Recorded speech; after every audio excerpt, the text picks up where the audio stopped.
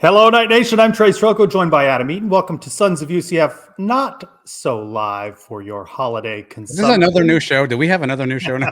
Unbelievable.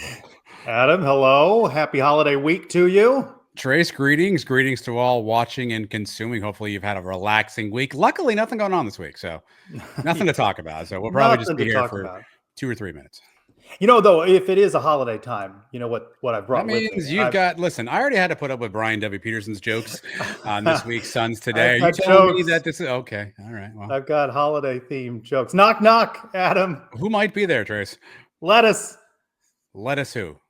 Let us in. It's Thanksgiving. Yeah, I figured that was coming. Yeah, that's a good one. Do people eat lettuce on Thanksgiving? Is that a common delicacy? Salad. Isn't salad a side dish? We get asked about side dishes and such later on as we're doing an abbreviated, with Thanksgiving being Thursday. We want to give you a little bit of content because, you just can't get enough of the various players. There's not a lot going on for the Suns. No. Let's go back. You guys dissected the UCF loss to West Virginia, 31-21, pretty succinctly on Suns Today, you and Brian Peterson. And I thought most interesting, my buddy and my colleague, Chris Boyle, Daytona Beach News Journal, asking one Gus Malzahn about published reports, CBS Sports, amongst others, saying, hey, maybe Gus might retire. Let's hear from Gus in the immediate aftermath of that West Virginia loss. Earlier this week, CBS Sports and football scoop wrote suggested the possibility of your retirement. Is that something that you had? Yeah, I don't know where that came from. I'm not retired. Can you freeze on his face? Does it seem like a little bit of a wry smile? It does. There's no way I am walking away from boatloads of money. Did it look like a little crack of a, I don't know where you're getting this. Yeah, I thought this was interesting, right? And I'll just segue to the next graphic here, right? Is Gus's future. I thought this was interesting because Gus is not somebody who's very verbose at the podium. Doesn't typically give you a lot. And I think, let me start off by saying I think Chris did a fantastic job asking the question. He sourced where he got the information, gave Gus an opportunity to respond. I thought it was a fantastic question. I thought it was a fair question. But you know Gus as well as I do. He very easily could have said, you know what, I'm not worried about that. I got a darn football team in this locker room behind me that I'm concerned with. And we got one more game. We got to send our seniors out with a win. I'm focused on these guys, right? I'm not worried about all that right now. That would have been a very on-brand answer for Gus. But for the first time, maybe in a long time, Gus succinctly looked the reporter in the eye and said, I'm not retiring. And he did it with a bit of a smile and a bit of a twang. And that twang to me was, I have all the leverage in the world. I'm not going anywhere unless someone wants to make me go someplace. So I thought that was the most telling is Gus very rarely answers anything. And he could have sidestepped that one, but he chose to take it head on, short, sweet, to the point. And I think that tells you a lot about what his mind frame might be heading into this last week of the season. Well, there's a lot of money at stake, right? And the fan base wants change, but which fan base doesn't? Of course, news during the week about North Carolina and Mac Brown. And Mac said, I'm coming back. And North Carolina said, we are going to go in a different direction. Of course, there's a lot more money in Chapel Hill, North Carolina to move along Mac Brown. And of course, his buyout was not nearly what reportedly Gus's buyout is. So it does seem a money thing. And I don't know how you sell season tickets.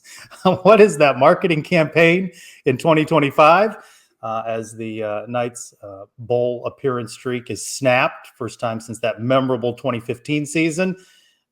Toughened together.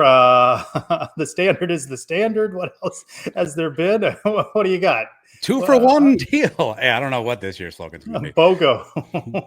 Oh my!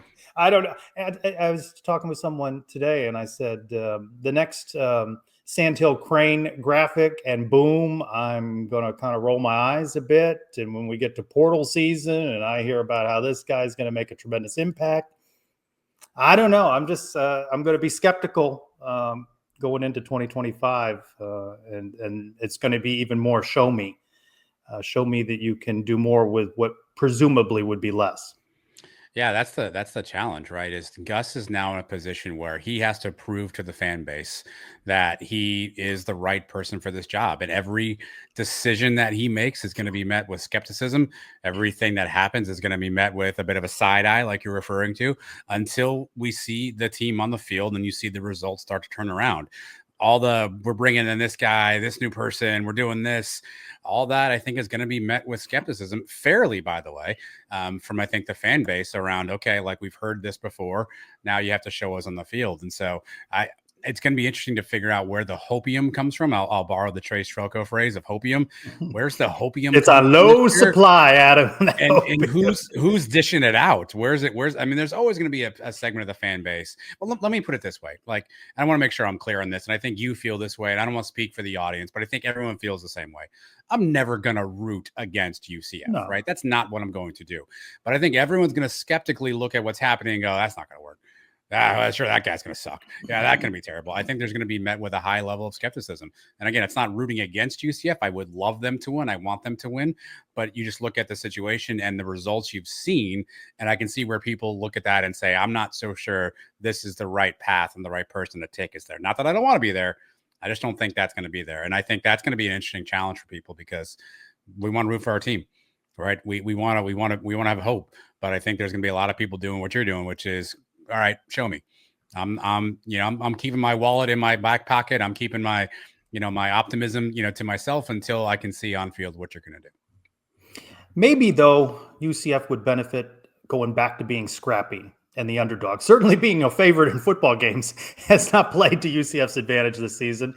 And all that preseason talk, much of it fueled by Gus Malzahn, because I truly believe that he thought the moves that he made, some of the coaching changes, the portal acquisitions, namely KJ Jefferson, would work. They didn't work. Maybe it would behoove UCF to go back to being the underdog, the little engine that thinks it can get up that hill, right? And maybe that would help UCF. Certainly with the loss of people like RJ Harvey, Kobe Hudson, I don't know that anybody's going to be expecting much from UCF, which is a good segue to Black Friday. How we're so far removed from Black Friday meaning a whole lot. I think Fox felt, if not UCF, certainly Utah would be a draw. And these teams stumble in, no longer bowl eligible through multiple quarterbacks each. I didn't believe it. I had to look it up, but Utah was 4-0 at one point, have lost 7 straight heading into Orlando for that Friday game. I bet Fox wishes it could flex out. Yeah. And bring in something else on primetime Friday.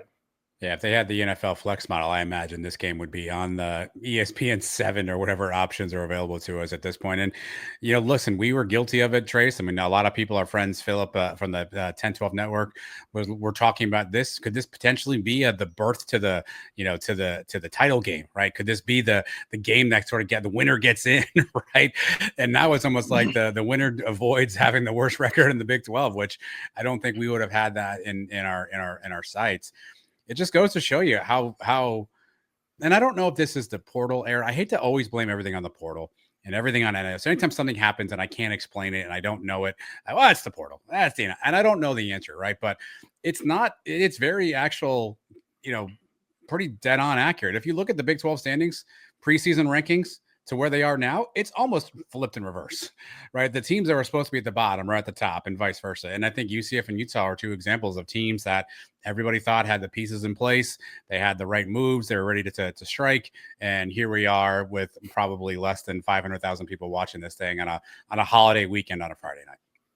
Look at you weighing in with a ratings prediction for that Black Friday. Eric Lopez not pictured, but yes, I'm going to go in with the prediction of 500K. Give me the under.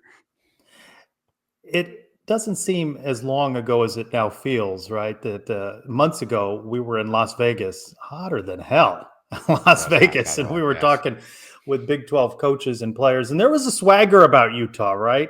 They thought they were moving into this Big 12 and they were going to dominate.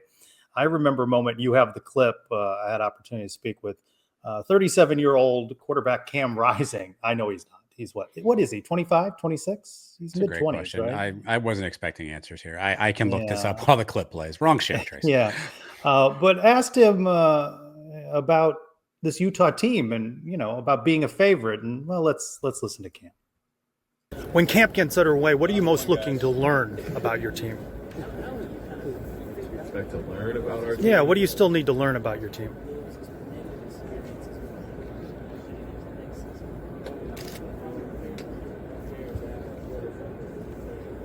Not really sure. I think I like where we're at right now. I feel like I know a good bit that we should know, especially with these workouts that we've been doing. They've been challenging, and people have been showing up and doing everything that they need to be successful. So I think we're right where we need to be. So painful. I'd forgotten. I hadn't seen the clip since we first. Cam Rising will be 26 at the start of next football. Oh, sorry, not 30, 37. Yeah. Good head of hair though. Applaud him for that. Multiple quarterbacks there. They've had a mess of a season, and their head coach he may not be back. Which coaches greet early signing day on Wednesday, December 4th. Yeah, I mean, that's a unique situation. They have a head coach in waiting already named. He'd already shared that he was planning on a retirement. I don't think he offered a specific time frame for that.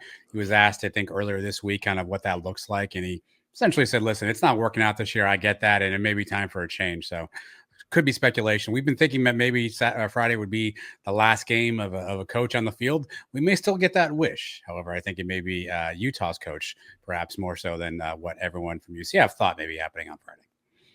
So Black Friday, a heated rivalry against Utah. Yeah.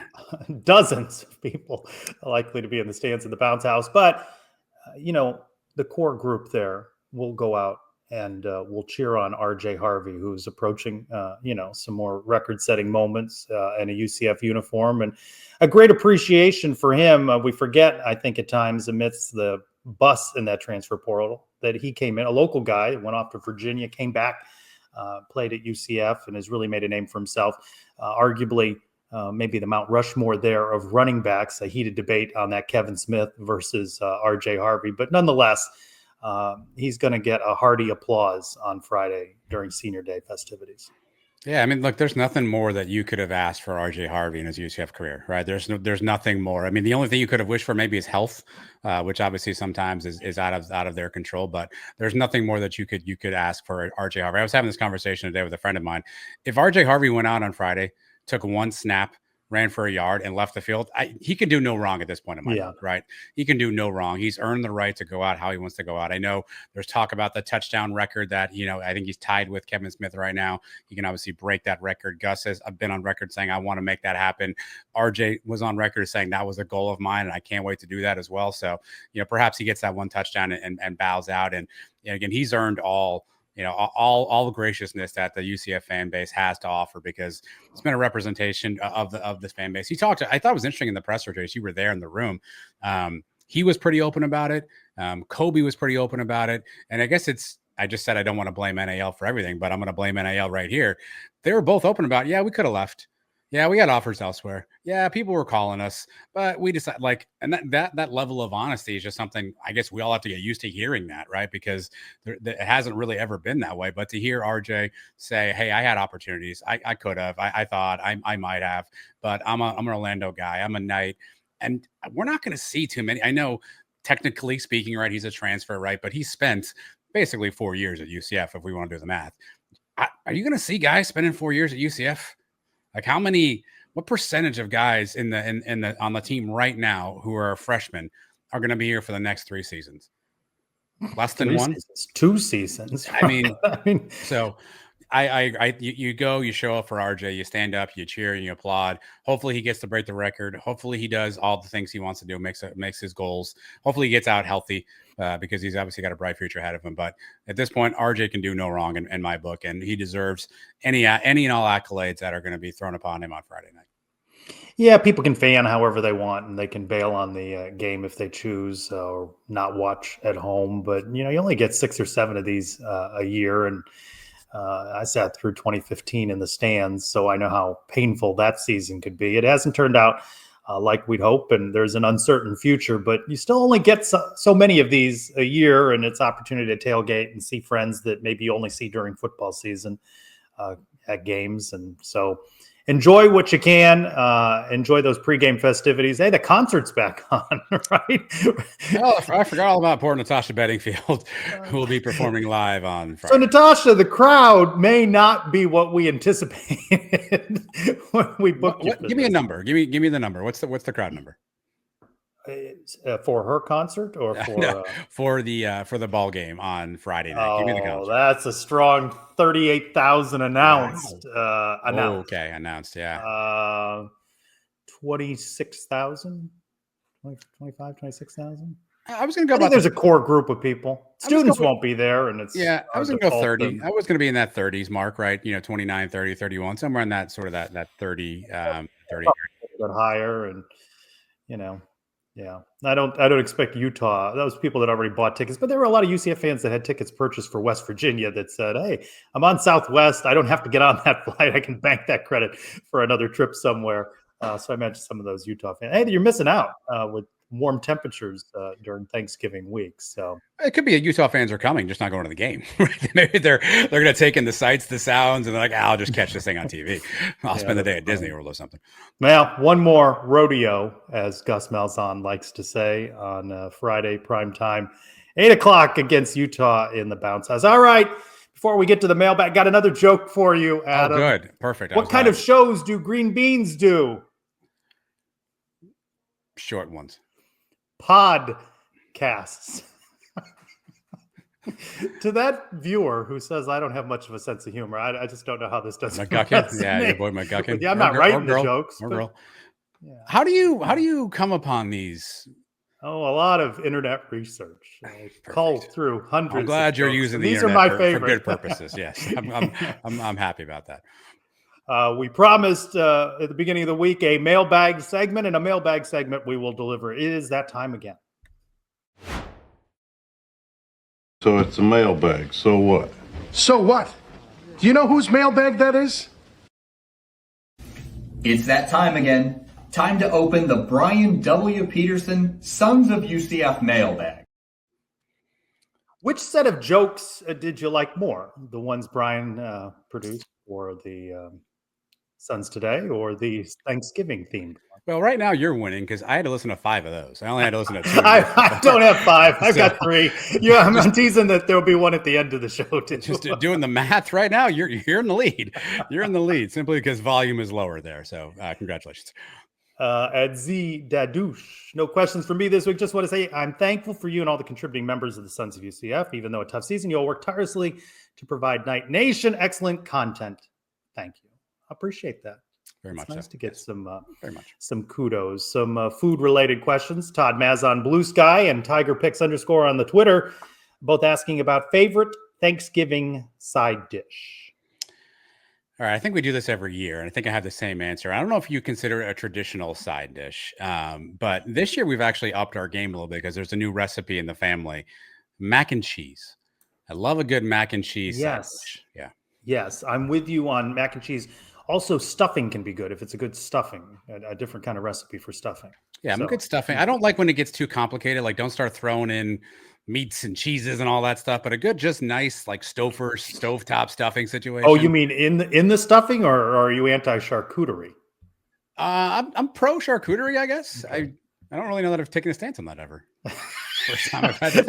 nor in all your life has anyone ever asked you I've never really to take a stance. I've never developed a position on charcuterie, so I need to do some research before I get back to you on that. Dolly _drama, the talented columnist on sonsofUCF.com. What are you most thankful for this year? Maybe the obvious, family, friends, good health would come to mind, right? The usual suspects. Yeah, I mean that's a I don't know, that cop out answer, right? On my Blue Sky, Trace, I'm on Blue Sky again at Sons of UCF. I actually posted what's one UCF thing that you're grateful for, kind of a spin on that same question. So I'll turn this into a UCF question because my family, health, all that stuff hopefully is well documented. What I really enjoy about the experience with UCF is win or lose, we're all in this together, man. And I just love the fact that you can go on social media and Twitter and whatnot and have conversations with people and no one's happy, but they're still going to games. They're still listening to stuff. They're still interacting. And it'd be very easy to just check out and not do that. But you said this earlier, there's a core group of people that, the group chat that I'm in every game, and we're lamenting how bad we are. But you know what we're doing? We're talking for 4 straight hours about UCF. So I just enjoy that camaraderie and everyone kind of being all in on this stuff together. It's cool to be part of that community. And it's part of your DNA, right? We bleed black and gold. Some of you Canaveral blue, right? But it flows through you, and win or lose, you are UCF for life. Lonely Bee UCF, Mario on the blue sky. What's the biggest snub, RJ and the Doak or Alex Haynes, UCF Hall of Famer? That one's sensitive to you. Ooh. What's a bigger snub? Ah, man. Look, I'm gonna go RJ, because there's a lot of football players, and the way that they do the classes, right? They're not trying to do every year 6 guys from the same football team, right? So there's a lot of talented football players throughout the 30-40 plus year history of UCF football. There are not more than 3 running backs more talented than RJ Harvey in 2024. I don't care what you say. There are a ton of talented guys who could be in the Hall of Fame. And so Alex Haynes may have to wait his turn. I think that's fine. I don't know how you find, Ashton Genty, I will give you. But the other two, the North Carolina, Iowa kids, like, they seem like they're really good players, really good kids. I don't know how you can look at those two and say they're that much better than RJ Harvey. I don't get that. To quote RJ Harvey on his social media, wow. He's a man of few words, by the way. Yeah, it took him a little bit by surprise, I think, and you heard him allude to it during the Monday presser. The losses haven't helped his case, right? Yeah. The diminished UCF brand on the national landscape has not helped his case for such accolades. That coach Matt Murphy, oh goodness, if UCF wins, then gets invited to a bowl because of their academic ranking, do they accept? No. Well, so it's a great question. 5 and 7, right? I hadn't considered that. There are sometimes there aren't enough bowl slots to fill, and so they go into the 5 and 7 teams, and it is based on academics. I would not be in favor of UCF doing that. I think you're going to see a ton of opt-outs at that point anyway. Obviously, there's a question coming up in a second.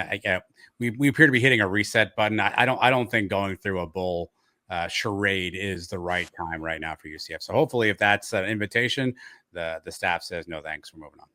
No. At UCF Guy 23, how many? Oh, he beats this drum, doesn't he? He's got one voice. Eric Edwards. UCF Guy is Eric Edwards. I found that out recently. Yeah.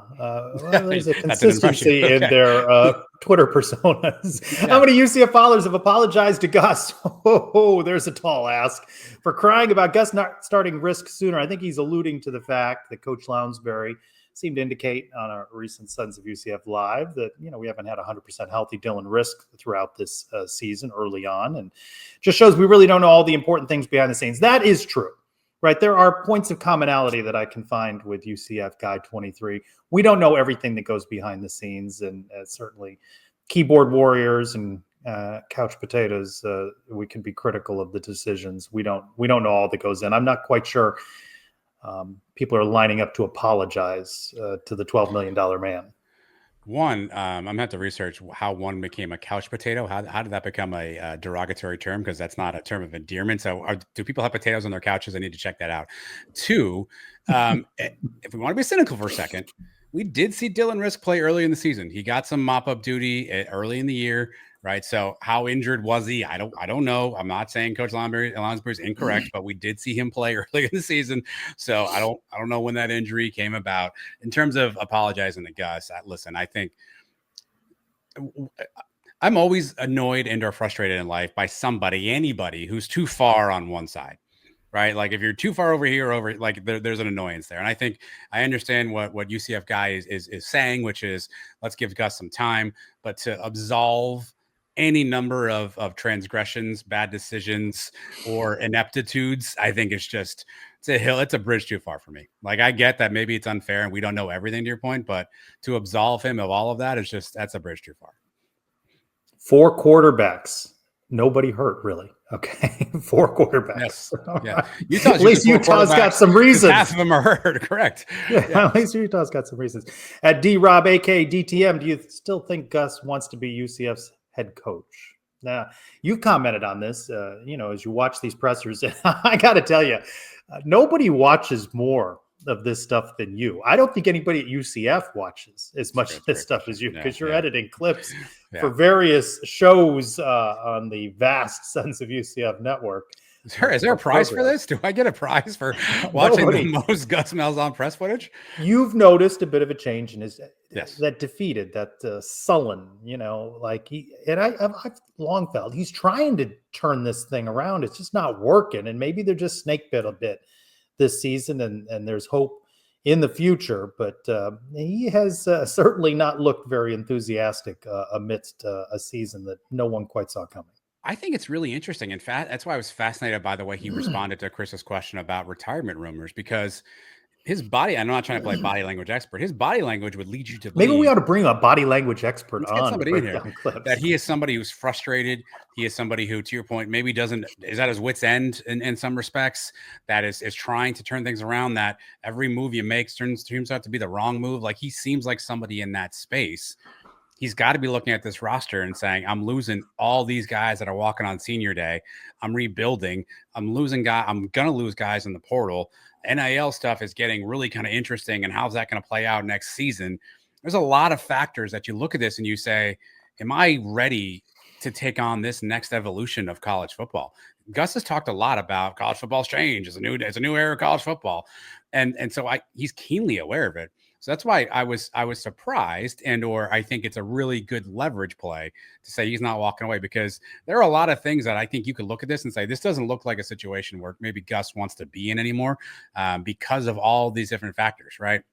But yet here we are on whatever day this is. Thursday, we're talking. I don't know what day this is out yet. Thursday, maybe it's a Friday. I don't even know yet. What day are we recording? What day are you listening? You don't know, but we do. I'm surprised we're sitting here and it's still trending in the direction of Gus being the head coach next year. At M_M in UCF, if a tree fell in the woods, would Gus still call the plays? Which does bring up an interesting topic. Should Gus be back in 2025? Does that back and forth on play calling continue? I said to Robert when we were in Pittsburgh/Morgantown, at some point here, Terry Mohajir's got to flip the script. He may not have the leverage, but from my vantage, it feels like he reports to Gus instead of the other way around. I don't know. He may quibble with that contention, but perception is a certain level of reality, and who's in control of things. And if play calling is an issue, a line needs to be drawn in the sand and enforced on that topic. 2 points. Does Robert remember that conversation? He had a lot of moonshine based on what I saw on that latest road tripping video that's out on our YouTube channel right now. Second, play calling is interesting. And Brian Peterson and I talked about this on Sons today. And so I'll kind of frame the question back to you in the terms of play calling. That seems to be the thing that people say a lot, right? Is that Gus's fatal flaw? Is that the mortal sin of his time at UCF, his play calling? Because it may be, but you could say player development. You could say, picking the quarterback. You could say a lot of things. It's funny that people always go to play calling as the thing that they sort of point to in terms of their displeasure with Gus. When in my view, there's a Dead Sea Scroll worth of options available to you. It's just funny how people go to play calling every time. Well, I don't know if it's so much play calling as what I perceive in his responses and the limited interaction he has with members of the media or public, for that matter, is that he wants his hands on all aspects of the program. So he's accountable in every area: player development, player acquisition. And I think that the play calling is just one more thing. And I would like to see him transition maybe in that general manager type capacity in this new age of college football, in a different role: fundraiser in chief, glad handing with the public, being more accessible. Maybe that's not his comfort zone. I'm looking to take things off of his plate. Sure. And so play calling seems like one with the right offensive coordinator, and maybe that's Tim Harris. I don't know. Yeah. That maybe that's one less thing in what is a busy week, because he has said before, it's just too much. And then he misses it so much. It's something he enjoys. We've all had to maybe walk away from something we enjoy. Maybe it's a health related reason. Maybe you can't do the physical activities you once did in your life. You have to walk away from something and you miss it. Right. And I don't think he wants to walk away from the play calling, but he can't do everything. So figure out what you can't do and let other people do that. In that configuration, something else. In that configuration of a new and improved Gus Malzahn, is he still wearing a visor and a headset on the sidelines? Is he still the coach? And I'm asking because, I okay, know, fourth down but decisions. what did Nick Saban do? What Fourth did down other decisions, coaches do? when to punt, when to go for it, when to kick, picking the quarterback. Like there are so many other things that you could I know. point to and say, okay, fine, he's not calling the jet sweep on 2nd and 5, but he's punting from 4th and 1 from, I got it. you know what I mean? Like, and I think that's the thing. I find it funny that people go to play calling as the sort of the mortal sin, where I think there's a lot of other options available. And even if tomorrow he says, I'm never going to call another play in my, if he called you right now and said, Trace, you have my word, never going to call another play in my life. Does that mean 2025 is going to be successful if he's doing all the other things that come with being a coach? That's where I always find I that think funny. about post game at Iowa State. Was it Iowa State? No, it was Arizona State, right? I forget where the pick six occurred. It was Arizona State, yes. Arizona State. And I asked about that, and he said, well, yeah, it's a fair question. That didn't work. We point out the things that don't work. And as we all know, our eyes maybe stay with a quarterback a little bit too much during an offensive play. And maybe we don't know that the wide receiver did not run the correct route. And we blame the quarterback or we blame the play call. I'll tell you who gets a pass with all of the ire focused on Gus Malzahn and Terry Mohajir. Players. Now, you've heard the players say, we need to execute better. And automatically we go back to, well, they wouldn't commit those false start penalties if they were coached better. Christian Peterson wouldn't run the ball out of the end zone if he was coached better. Players have to be accountable for their actions or inactions too. Sure. And now I haven't heard players duck that responsibility. They've been forthcoming at the mic and at the podium about needing to execute better. But if they executed a little bit better, again, back to that game at Arizona State, if just one of the terrible things doesn't happen, maybe UCF gets out of there with a win, right? So they have to execute better as well. I don't know. We kind of wandered off there. I'm just saying that players hold a responsibility for what is now a 4-7 season. I see a future off-season Trace Trucco special poll question. If Gus never calls a play again, does UCF win more than 6 games in 2025? Like, is that the thing? Is that the thing that we say, if he's not touching that, then we feel good about everything else? I don't know. Like, to me, it's deeper than that. It's development of players. It's picking the right players, right? There's more than just a bad play call on 2nd and 3, or why you thrown. I mean, to be fair, another to your point situation. You also grilled him on why Ja'Cory Brown was throwing deep on 3rd and 1 at Iowa State. And another question he did not like out of you, right? But those are fair questions to ask. But if we don't do that, are we winning ball games? I don't know. Again, I'd love to think that's the only thing that has to change, but I think there's such a litany of other things. Seismic changes, we'll have an entire offseason to discuss this, so we'll move along, but we'll have opportunity to break that down.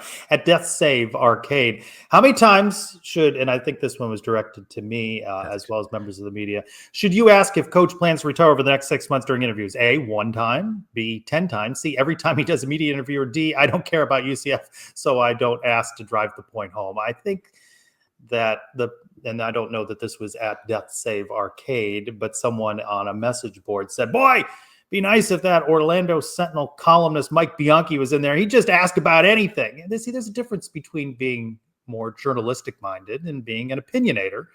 And Mike can ask whatever he wants, and he's going to write opinions, and he's a provocateur, and there's clicks and all of that come with what he does. It was asked.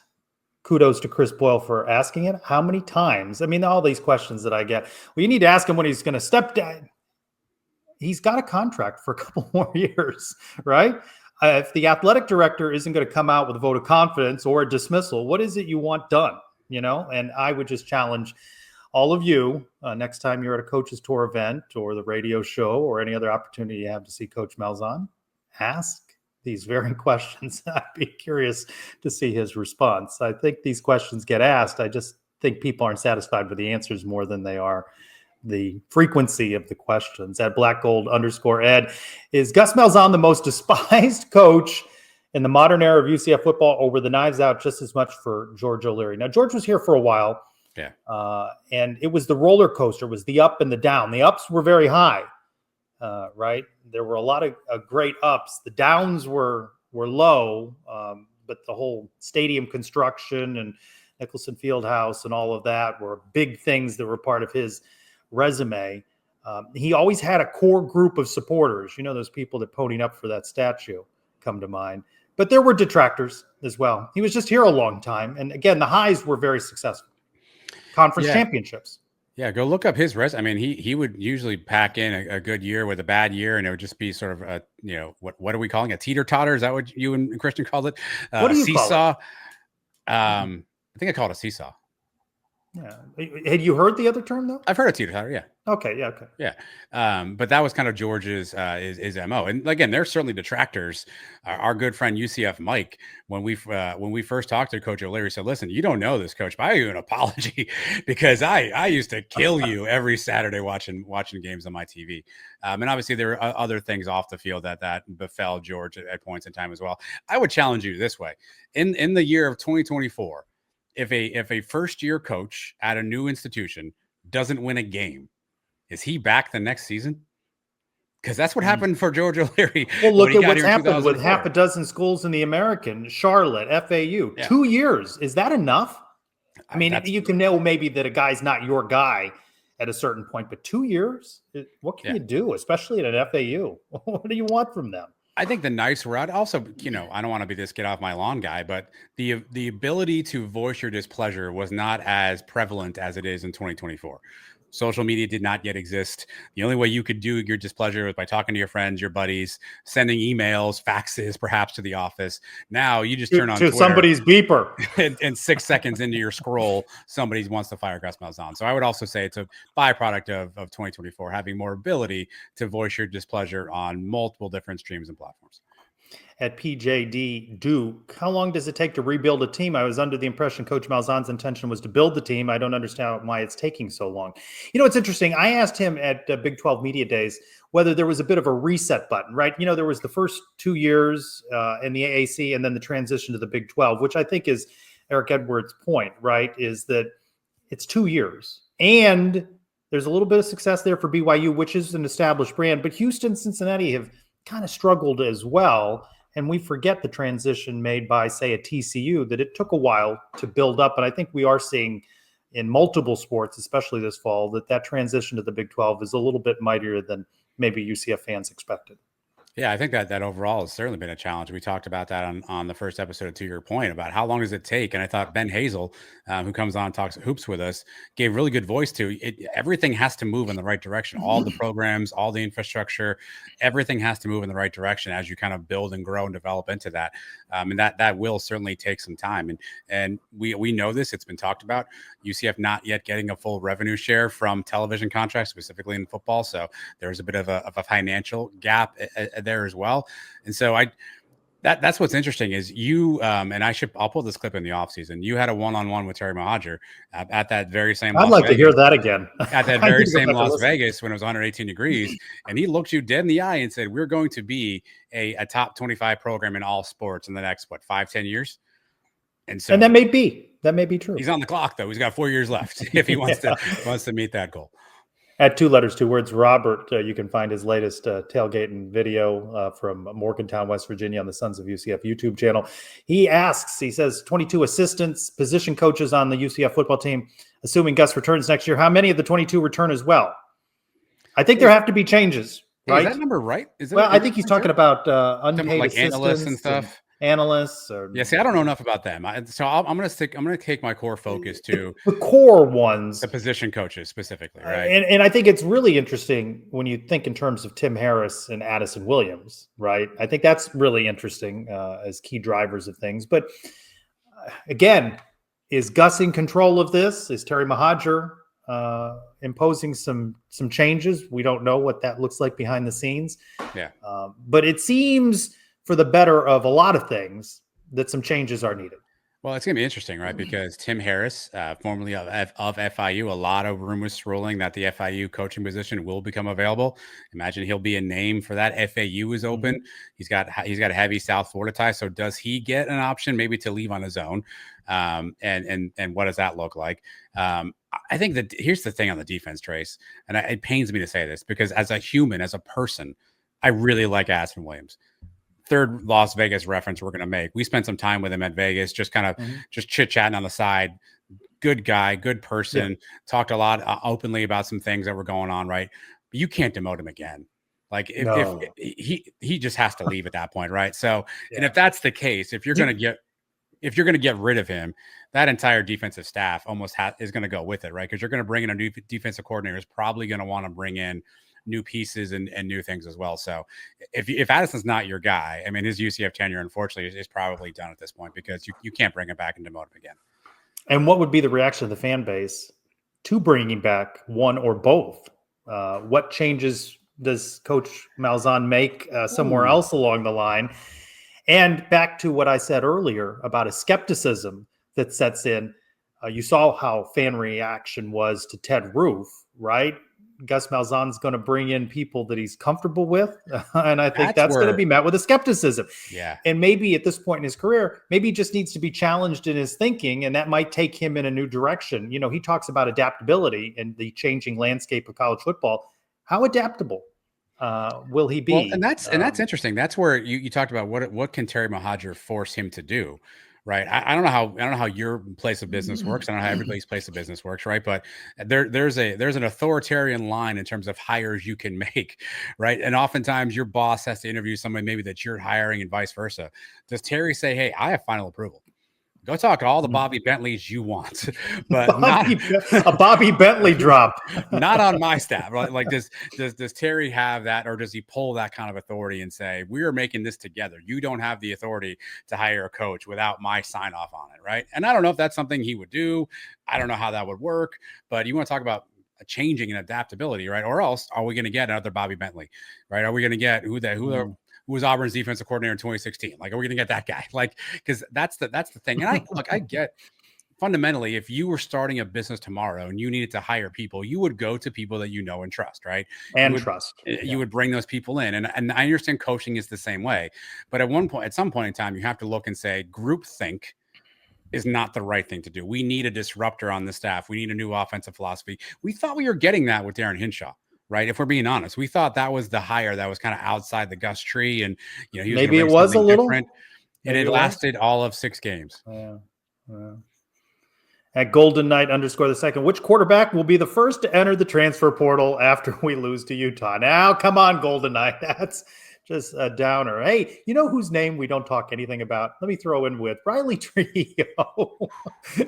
Right? Nobody's talking about him. I'll throw him into the portal.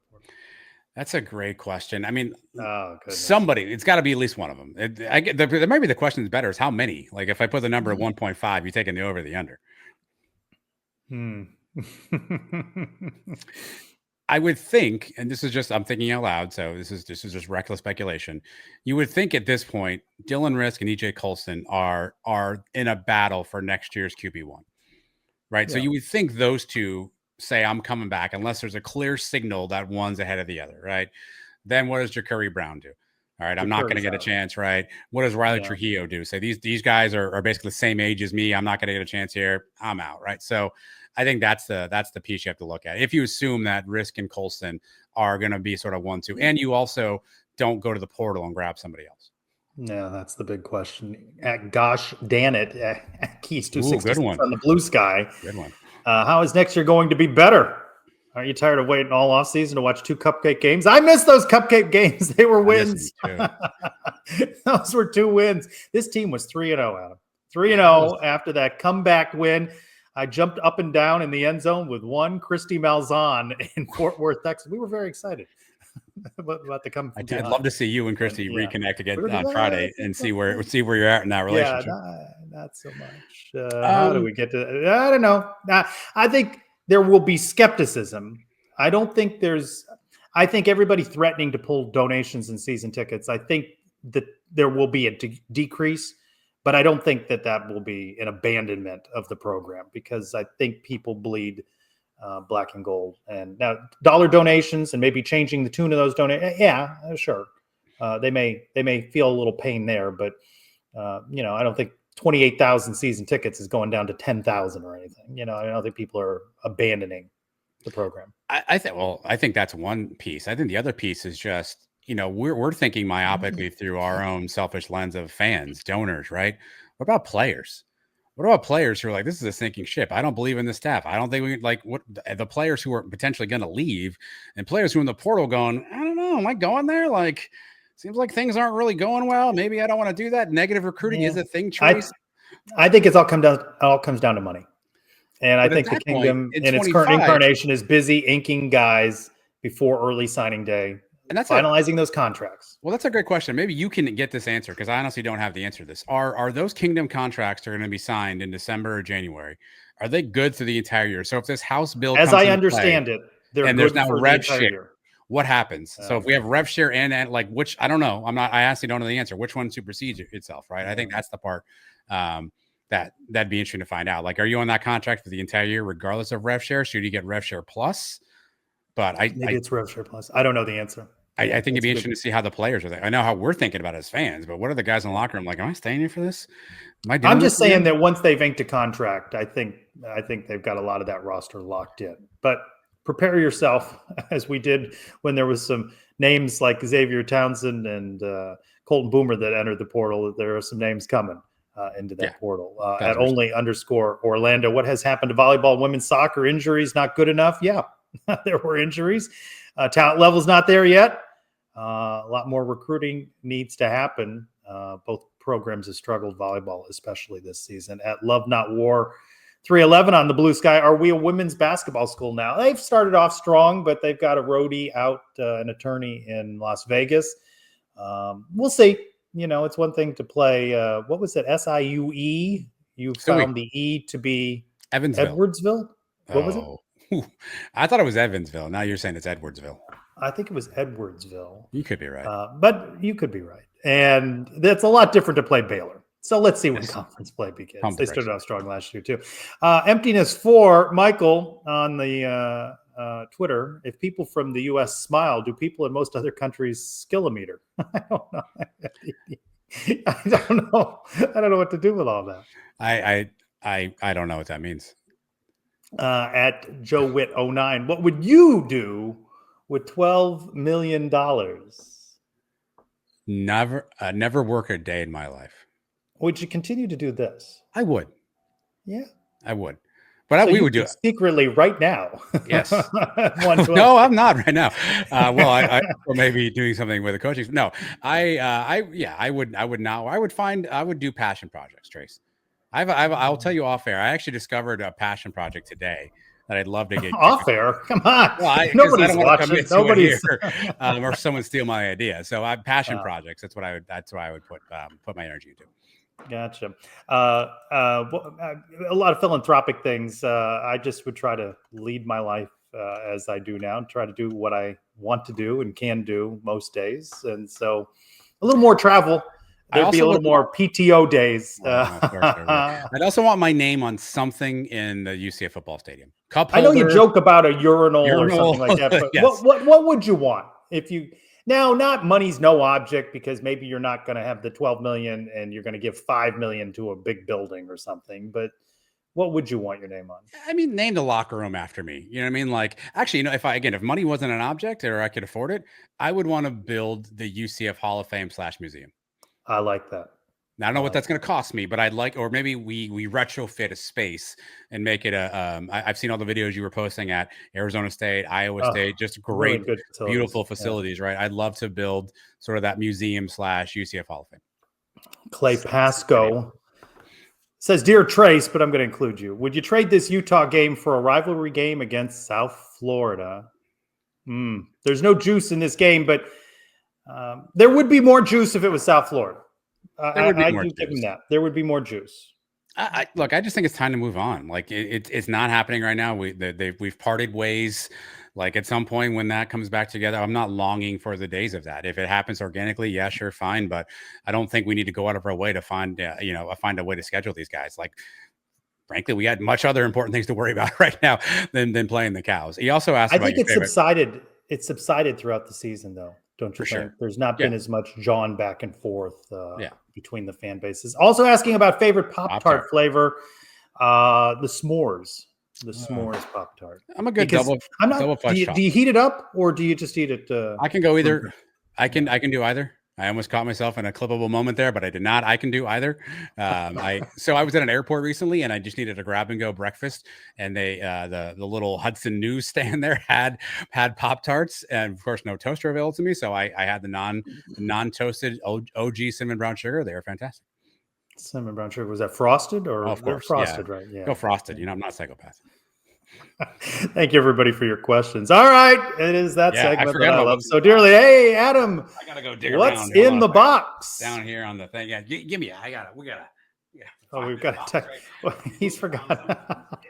He's forgotten about the box. Tricky, very The highly high technical tech. It's a high tech situation show. here. The It's a box high got tech away from me. program. Wasn't expecting that.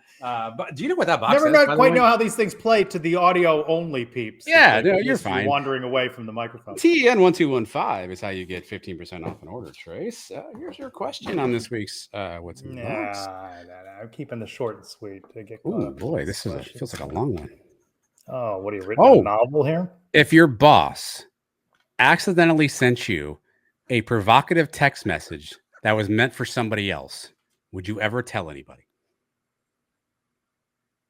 I would tell people I knew, friends, but I wouldn't. I wouldn't tell coworkers or anything. Do you like that. respond back and no. say like, "Hey, wrong number. Hey, I don't think this was meant for me." No. I think I'd keep it private. Okay, I so might not delete it. let's take provocative out. I might not delete it. I might take save provocative it. out. Let's say that your boss, and I don't know if your boss is male or female, so it doesn't matter to me, sent a text message that said, "Honey, I'll be home soon. Sorry, I got held up." You know it's not for you. The use of the word honey should have been your first disclaimer. Do you respond back and say, "Hey, Chet, sorry, No. you got the wrong number"? Oh, just No. keep it moving. Okay. No, absolutely not. Don't want to embarrass in that situation. This happened to me actually one time. My boss texted me and said, "The dogs are upstairs." And for the longest time, I was like, kind of want to respond to this. And I never did, but I thought about it because it was very innocuous. There was nothing wrong there. It was clear that he thought he was sending it to somebody else. The dogs are upstairs. So you said nothing. Is your nothing. official position you would say nothing? I really wanted to. I typed out 3 or 4 responses that I thought would be funny and kind, but I never hit send on this.